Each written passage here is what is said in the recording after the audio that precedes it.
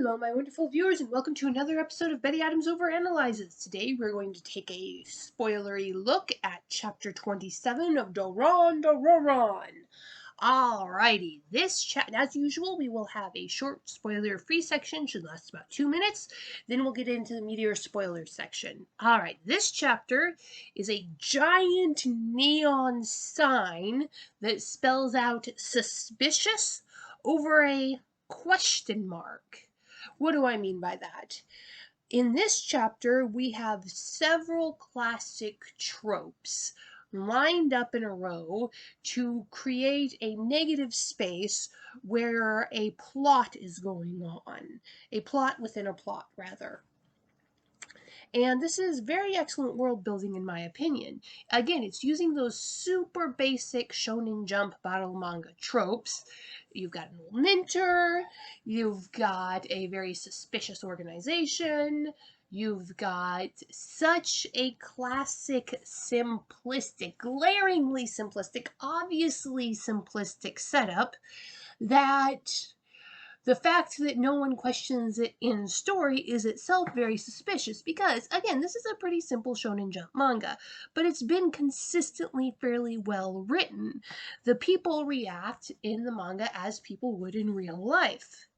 And the setup that this chapter gives us, the world-building explanation, is suspicious as all get out. If this occurred in real life, there's no way that multiple characters wouldn't have been questioning it. Now, our beloved main character, it being the perfect Shonen Jump MC, you would not suspect to even Dora or Kusanagi to really question even the most suspicious setup because they are smiles and cheerfulness and rainbows and enthusiasm. But they're more complicated than that, but you get my point. So, you have these two main characters, but they are surrounded by characters who should be suspicious of this situation. Why aren't they? I believe that is the mangaka using the audience's knowledge, not against them, rather for them, to prepare the upcoming plot and the twist. So it's the mangaka winking at us and saying, all right, you know that this situation is going to be way more complex than it's being lined out to be. I know it, I know you know it, and you know I know you know it. So I am going to put a mystery in front of you, and instead of trying to cleverly disguise it, I'm just going to throw a blanket over it. We all know that there's a mystery under the blanket, but is it a cake? Is it a stack of beef jerky? Is it a dorayaki? Who knows? We won't know until the blanket comes off, but we all know that there's something suspicious, a mystery box under that blanket. It's a mystery box. We don't know what's in it, but we know there's something in it. So, that was the spoiler-free review. I will now get into the spoilers. To give you the chance to click away, I will go tell you to check out the links below the video to get a copy of my book, Humans Are Weird, I Have the Data, or Humans Are Weird, We Took a Vote. Available on Amazon, Barnes & Noble, pretty much wherever books are sold in whatever format you want. Alright. Dun dun dun. The old mincer steps onto the field in a very classic scenario. Then our young hero proves his good-hearted wholesomeness by being perfectly willing to step down and perform a humble, vital task. In this case, Dora has Kusanagi transform into clipping shears, and they help this old man trim some gardens. Turns out the old man is actually the previous head of the Izanagi Corps, making the Izanagi Corps slightly older than I would have thought it to be. But people's tenures as head of organizations tend to be short because of the stress, so who knows? Anyway, Dora, and Kusanagi, who are, I point out, because it's very obvious here, very problematic members of the Izanagi Corps, are put in a group of some of the strongest members of the Izanagi Corps. But these are also being primary, secondary characters. They also have very strong personalities of their own, and from within the story plot, these are probably members of the Izanagi Corps who do not follow orders very well. And a giant revelation is made, the source of all of the Mononoke that have been invading Earth, because we found out that it was not something that happened a lot before. A few had come through earlier, we've gotten by drips. And bits of information given to us, but the swarm of Mononoke, the Mononoke that were frequent enough to be a major societal problem, is a fairly recent development. And we find out that the Kusanagi Corps is currently blaming this on some wizard who summoned them. So putting this definitely in the magic fantasy manga genre. So it's the big shady organization says to our erstwhile enthusiastic young heroes, bad wizard dude caused problems, go take him out and the problem will be solved. Now, this is so obviously a setup for a plot twist that the Izanagi Corps is way more culpable than they're letting on.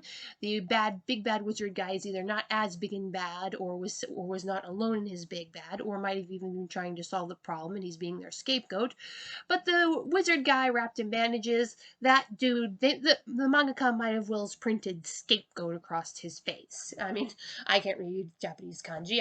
As far as I know, scapegoat is written across his face. So, what does this mean for the older Mononoke who have come to Earth in the past? Why are more and more powerful Mononoke coming? Could it be that the mangaka is actually going to play it straight and make this a big bad? A single wizard who is responsible either from scientific hubris or from pure bitter hatred of the world, willing to destroy it like this? Who knows? We don't know. But so far, it looks like the mangaka is setting this up to be Izanagi Corps is largely responsible for what is going on, and they're scapegoating this wizard because he's become problematic for some reason.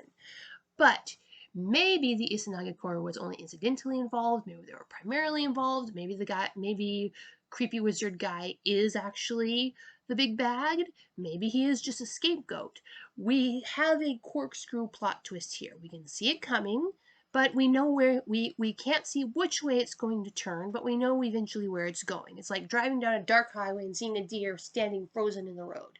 You know it's going to either jump off to the left or the right, but you don't know which way, and you definitely don't know whether it's going to do it before you hit it. So, as we drive towards this plot twist, I am enjoying myself. I think we're going to get some fun interactions between Dora Kusanagi and these very strong, physically and very distinct characters of the new samurai. So, what do you think? Is the Izanagi Corps going to be turned out to be shady, opportunistic, or just downright evil? So, and do you think the wizard wrapped in bandages, is a scapegoat or an actual big bad or some combination thereof? Tell me what you think in the comments. Where do you think this chapter of the story is going? Hit that like and subscribe button, and peace out, my wonderful viewers. Humans are weird. We took a vote, and humans are weird. I have the data. 2 books in a series of human absurdity. Go check out these short story collections. What will our little green friends think of us when we finally do make it to space? Find out the answer in 2 books of human absurdity. Humans Are Weird, We Took a Vote, and Humans Are Weird, I Have the Data.